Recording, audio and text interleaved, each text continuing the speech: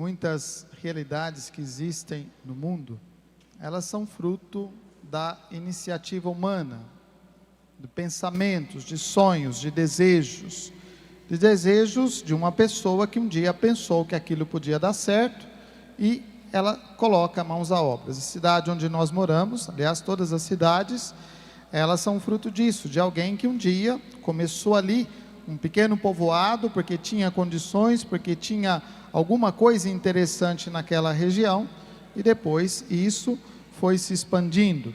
As empresas também, elas começam assim, ali no engenho, toda aquela estrutura que existe lá no engenho, foi o sonho de alguém que um dia pensou, olha, aqui nós podemos construir uma empresa, um lugar que faça açúcar, que produza açúcar, e aí foi construída aquela grande obra que tem ali. Ao redor da nossa região, das cidades da nossa região, nós temos diversas empresas, e essas empresas também nasceram assim, alguém que começa produzindo alguma coisa pequena, alguma coisa ali significativa, importante, que é necessária, e que começa a comercializar o produto da sua empresa, e essas empresas vão se expandindo, elas vão crescendo. Nós temos empresas na nossa região, que vieram de outros países, são empresas multinacionais, que existem em outros países, e tudo isso começa com o sonho de alguém que funda essas empresas, que começou esse trabalho. Nós temos muitos exemplos dessa realidade. Mas a igreja, ela não é o sonho de pessoas.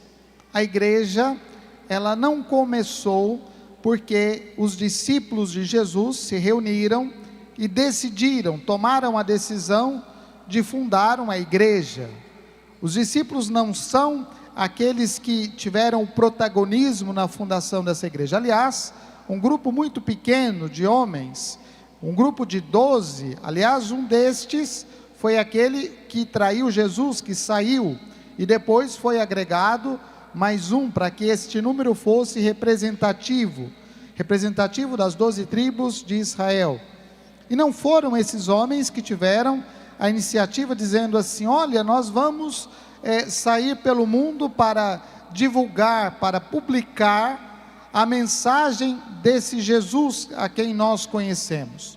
Não foi uma iniciativa humana, porque se ela fosse uma iniciativa humana, como todas as iniciativas humanas, ela estaria sujeito às realidades do mundo, às questões do mundo.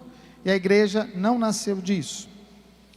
A Lumen Gentium, documento do Concílio Vaticano II, quando fala da igreja, ela nos recorda que a igreja é sonho de Deus, é desejo de Deus, ela é vontade de Deus desde o princípio. E no Antigo Testamento, esta igreja é prefigurada no povo de Deus, no povo da aliança. Este povo que começou com uma promessa, este povo que foi convidado em Abraão a deixar a sua terra, sair da sua terra e ir em direção à terra prometida. Este povo que foi libertado do Egito, junto com Moisés e Araão, e que depois receberam as tábuas da aliança, e que ali começaram este caminho de volta rumo à terra prometida. Nas tábuas da lei da aliança, Deus sela definitivamente esta aliança com o seu povo. Muitas vezes ao longo da caminhada desse povo, se manifestou a infidelidade, a ingratidão e até a traição ao amor de Deus.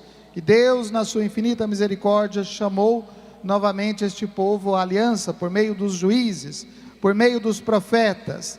E assim essa história foi se constituindo, ela foi, através destes sinais, ela foi manifestando, ela foi apontando para a plenitude que é Jesus Cristo.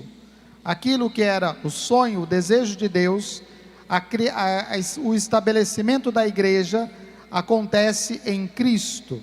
Se isso antes era a vontade de Deus, em Cristo esta vontade está plenamente realizada.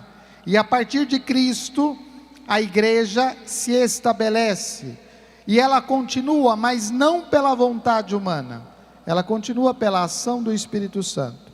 E o Espírito Santo que vem sobre os discípulos reunidos, que estavam com medo, é capaz de transformar, é capaz de aquecer o coração e a vida desses discípulos, fazendo com que saiam para anunciar uma palavra que não é uma palavra qualquer, que não é uma palavra humana, que não é uma palavra passageira, que não é uma palavra dirigida a uma cultura ou a um tempo, mas é uma palavra dirigida a todas as culturas e a todos os tempos.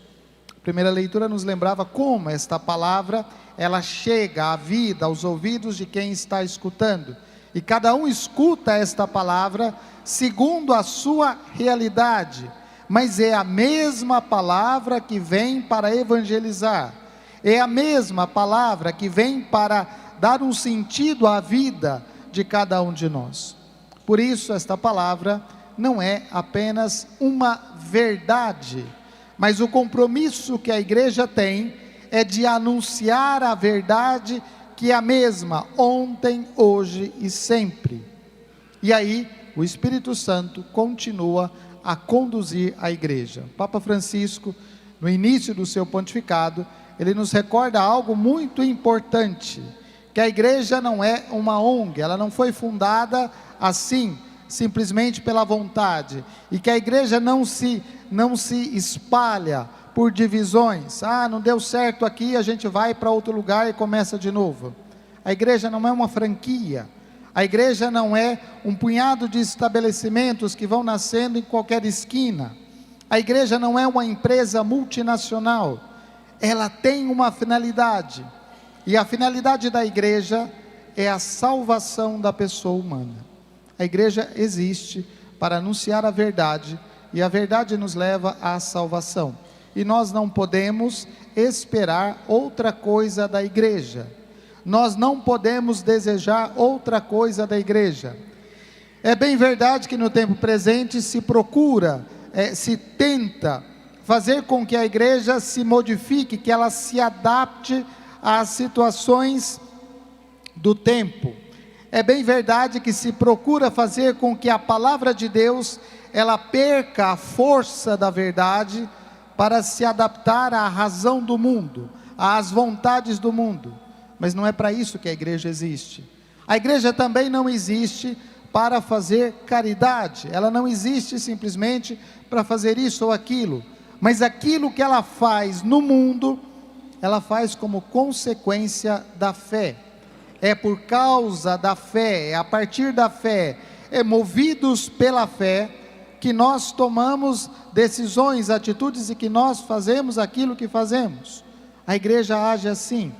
Por isso a segunda leitura falava das obras da carne e das obras do Espírito.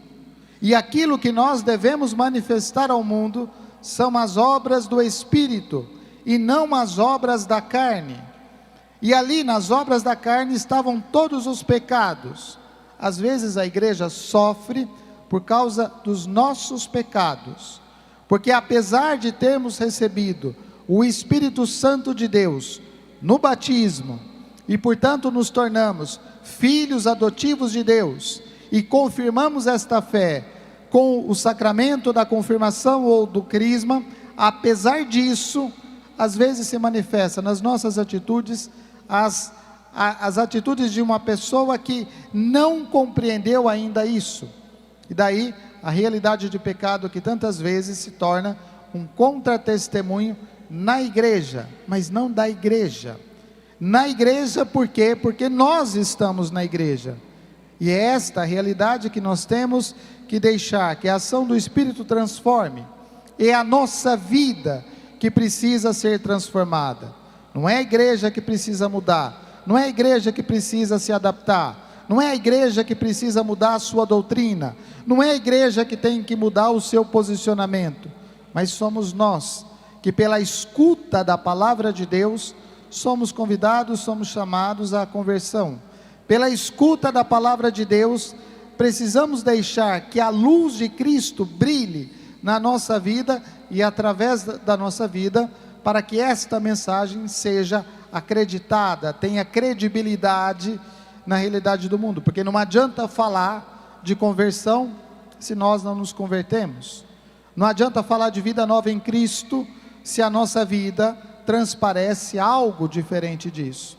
Por quê? Porque o Espírito Santo continua a agir no tempo, e esse Espírito que age, ele nos chama à conversão. O Pentecostes é o espalhar da igreja por todas as realidades do mundo, por todos os lugares, e aonde nós estamos, ali nós somos igreja. É interessante como que às vezes alguém diz assim: perto da minha casa não tem uma igreja. Como não tem uma igreja?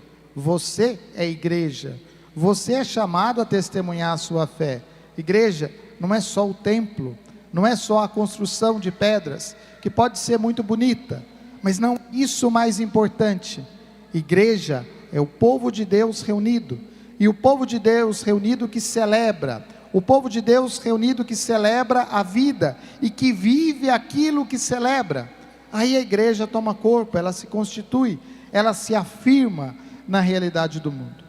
Que Deus nos ajude na nossa caminhada, que o Espírito Santo nos ilumine sempre, para que a nossa vida brilhe como sinal de Cristo na vida do mundo e na realidade ao nosso redor. Louvado seja nosso Senhor.